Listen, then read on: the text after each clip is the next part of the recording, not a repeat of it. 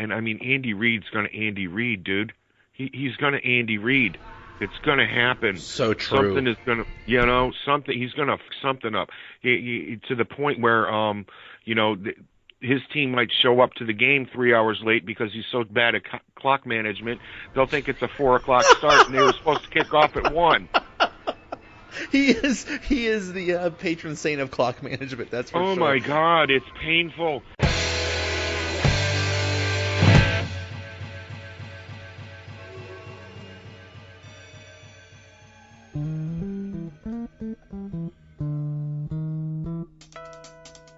What's going on, everybody? Welcome to another episode of the Donut Bag, part of the Pulse Podcast Network and the Pod Hub Network. In this episode, I preview the Sunday games of the Divisional Round of the playoffs with folks from each of the teams playing this weekend.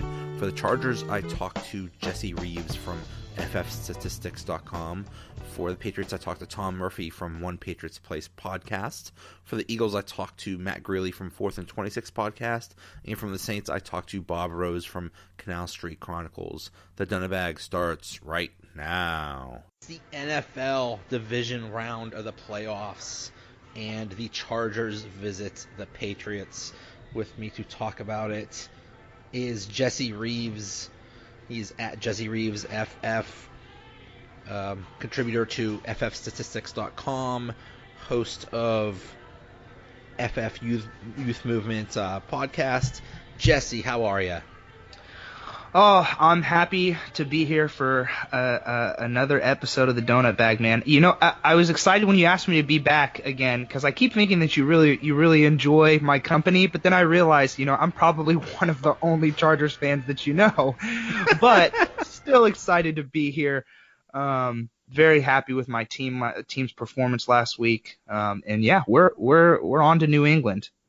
That was an amazing game, and it kind of played out the way we thought. That, once you see the Ravens and what they were doing, and the Chargers had the benefit of seeing it for a second time, they were better prepared for it. And the way that they took out Lamar Jackson with all those, the 7.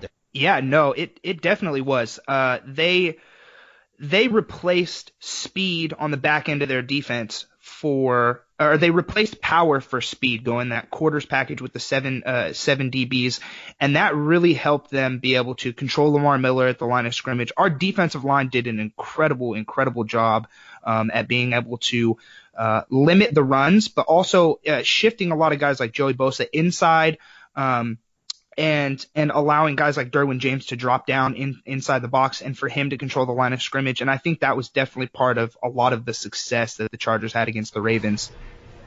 Yeah, and their offense did just enough. Where were you on the whole? I mean, Lamar Jackson, his first half had one of the worst halves of any quarterback in the playoffs ever. But they decided to stick with him, and that was a big debate. Do you think they should have pulled him? Personally, no. I think with a young quarterback like Lamar Jackson, I think he needs to gain confidence. This is his very, very first postseason game, and he didn't even start for over half the entire season. He didn't start till week 11, and for them to stick with him, I think that shows a lot about the Ravens, about what they think about him, what they think about their future, and regardless of the outcome of that, I think that's going to build Lamar Jackson's confidence over the stretch of his career. And I think that they knew that this game was probably not even winnable with Flacco. They could not figure the Chargers out defensively. They had no answer for what they wanted to do. Granted, Lamar Jackson did have a nice stretch in the fourth quarter. Those 2 touchdowns almost pulled them back into a winning position, or essentially did until the Chargers stopped them on the last drive. But for the development of a young quarterback, I think it's very important that the coaches display trust in him. So I think that was a good move regardless of the outcome. Yeah, and he did come on at the end. Yeah, crazy game. But now it's on to New England, and this is going to be a tough test. I was looking at the numbers. Wow, the Chargers do not do well playing New England either, regardless of whether it's in Foxborough or wherever. They just do not do well against the Patriots. Yeah, Phillip Rivers 0-7 against Tom Brady's. Never beat him. Very very big ouch. Yeah, and now we're kind of running it back. This is the first time they've seen each other in the postseason since 2007, where we lost in the AFC Championship game. Two completely different teams, two veteran quarterbacks. I think it's going to be a dogfight. I'm going to be mostly interested in two things. Is going to be the weather for me. How is Phil and the Chargers going to be able to hold up in cold weather? It was said that it was going to snow, but reports say right now that it potentially won't. And then the defense, are they going to stick with that quarter speed package, where they have 7 DBs, or, nickel have 5, on the field, or are they going to look to rotate those linebackers in to potentially help control the short dink and dunk and the middle of the field with a little bit more strength? So it's going to be a dogfight. Everybody knows that regardless of how the Patriots play in the regular season, that when they get in the postseason, they are the most dangerous team over the past decade. And they've never been one and done in the playoffs either, not in the Tom Brady era. And so that will be an interesting factor going in. But as this Chargers team has proven, that records are meant to be broken, and statistics don't mean anything when they step on the field. Yeah, and if there's ever going to be a year, it's this year, because the Chargers just have an amazing year, and they were 7-1 on the road, so they were a good road team. But it's funny, yeah.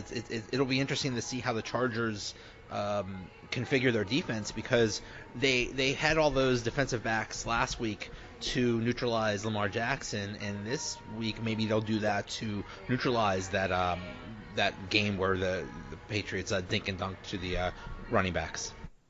Yeah, definitely. I think with a couple injuries to our defensive line, I think we've held up great so far, but the key, I think, to stopping the Patriots attack is going to be that running back trio, if you will, of Sony Michel, James White, and Rex Burkhead.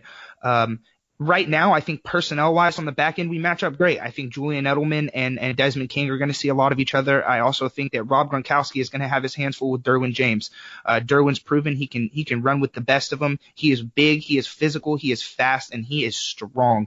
So I think Gronk's going to have his hands full. I'm excited to see that matchup. But yeah, I think the key is going to be whether we go with a little bit more power to stop those running backs from really gaining steam for the Patriots down the stretch. I think that that trio right there, especially Michelle and White, they both have very versatile skill sets as running backs. And Tom Brady is also throughout his career proven to everybody that he loves to just dump off to his running backs. And if he can successfully get James White involved in that area, we might have our hands full.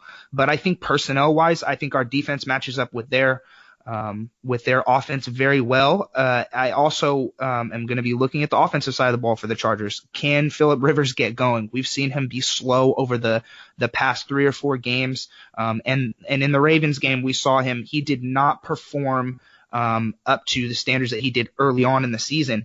And so it'll be about, can we get him going through the air to compete with that defense, and just the coaching staff of the Patriots too. Belichick, McDaniels, they are all just absolute masterminds. They have a very good way of being able to out-coach the other sideline, regardless of who is on the field. So that will be another really good battle to watch as well. So true. Do you know if they keep talking about Hunter Henry might come back from injury? Is there any chance of him playing in this game? So I know we discussed last week. I think I was a little overzealous when I said that Hunter Henry would be coming back against the Ravens on the Donut Bag last week. And this week he logged a full practice yesterday. And I'm waiting for the report to come out today. But it looks like he's trending towards playing. We did activate him.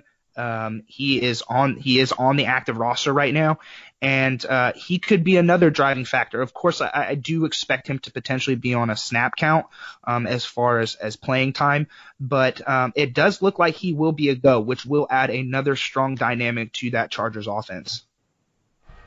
Yeah. So, all right. So, what if you were to put a percentage? What do you think the Chargers' percentages of winning this game are?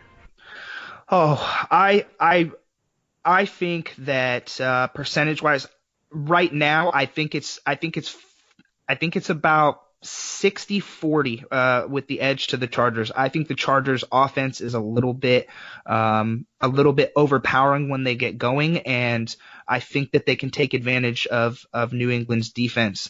It's going to have to be about utilizing all the weapons on the offensive side of the ball. We have a star-studded cast over there. You have Melvin Gordon, Keenan Allen, Mike Williams, who's come on as a really big touchdown threat. Then you add in Hunter Henry. If they can get all of those guys involved, and Phillip can really start to sling the ball more than he has over the past 3 games, I think that they're going to be able to take advantage of that defense. So percentage-wise, I'd give it about a 60% chance right now. I might get a little bit more confident as the week goes on, but we'll see. Wow. This might be the Chargers' last best chance. They've had an amazing year. Phillip Rivers is having one of his best seasons, but how many more of these are gonna? I mean, he's basically the same age as Ben Roethlisberger and Eli Manning. They all came in the 2004 draft. There's not going to be many more chances, so he might recognize that too and try to have the game of his life. I don't know. So I mean, it's either this is their best chance of being the Patriots. So we shall see. Yeah, definitely. I mean, Phil, he's getting up there. He's getting long in the tooth. We still have him signed on through the 2019 season, but will be technically a free agent in 2020. So I firmly believe this is probably his last long stretch. He has not made it this far in a really long time. Their last postseason win was in Cincinnati in 2013-2014 season, and yeah, we've seen that it's become difficult for Phillip Rivers to reach the postseason. So I do think that getting there and how far they've come right now, this might, like you said, this might be their last chance. And who knows? I'm hoping he does have the game of his life, but we could be looking at one of the last times that Phillip Rivers does play in the postseason, and I'm really, really hoping that it's a good one. Yep. So we shall see. All right, sir. Thank you so much, Jesse Reeves at Jesse Reeves FF from ffstatistics.com and FF Youth Movement and PED's podcast. Thanks for coming on, and we'll see if we talk next week. Absolutely. You know where to find me, man, and I hope that we do. That's right. All right. Thanks a lot, man. All right, Joey. Have a good one. It's an NFL Division Round weekend. My favorite weekend of the year, and the Chargers visit Foxborough. With me to talk about it is Tom Murphy, columnist for Die Hard Boston, co-host of One Patriots Place podcast. How are you, sir?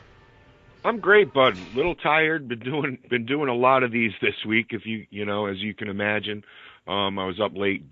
I did a show out in Hawaii last night. Wow. Yeah, Murph, can you come on at 2:00 in the morning? For our drive time. yeah, sure, guys, no problem. Sure. Well. So yeah, it's been a lot of fun. It's been a busy week, and I'm just looking forward to this matchup Sunday. Well, you should, because the Patriots are going to the Super Bowl, so you're going to be busy for the next few weeks.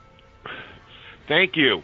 Thank you very much. You are the only person that I have talked to this week that agrees with me on that point. I mean, my goodness, Phillip Rivers has never beat the Patriots except for Matt Castle, which doesn't count.